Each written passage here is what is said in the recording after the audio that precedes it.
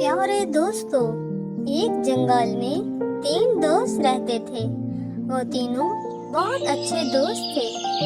जो भी कोई चीज होती खाने की, वो तीनों मिलकर खाते। उनमें से एक शेरू कौवा, चुन्नी चिड़िया और एक बिल्लू कौवा था। वो हमेशा एक दूसरे का ख्याल रखते।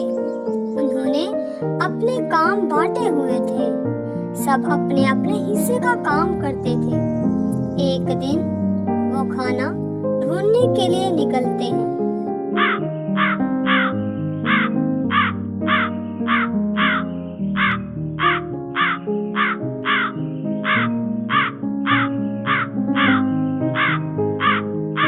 रास्ते में शेरू कौवे ने देखा एक पेड़ पर एक फल लगा हुआ है। वो जल्दी से वो फल तोड़कर भागकर दूसरे दरख्त पर अकेला बैठकर खाने लगता है।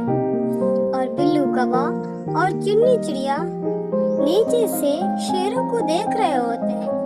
बिल्लू कौवा शेरू के पास जाता है और कहता है, देखो शेरू, तुम अकेले कैसे खा सकते हो?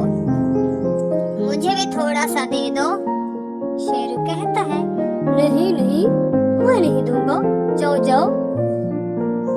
बिल्लू कौवा बहुत कोशिश करता है कि शेरू किसी तरह उसको थोड़ा सा दे दे, लेकिन शेरू नहीं देता और बिल्लू मायूस होकर वहां से चला जाता है।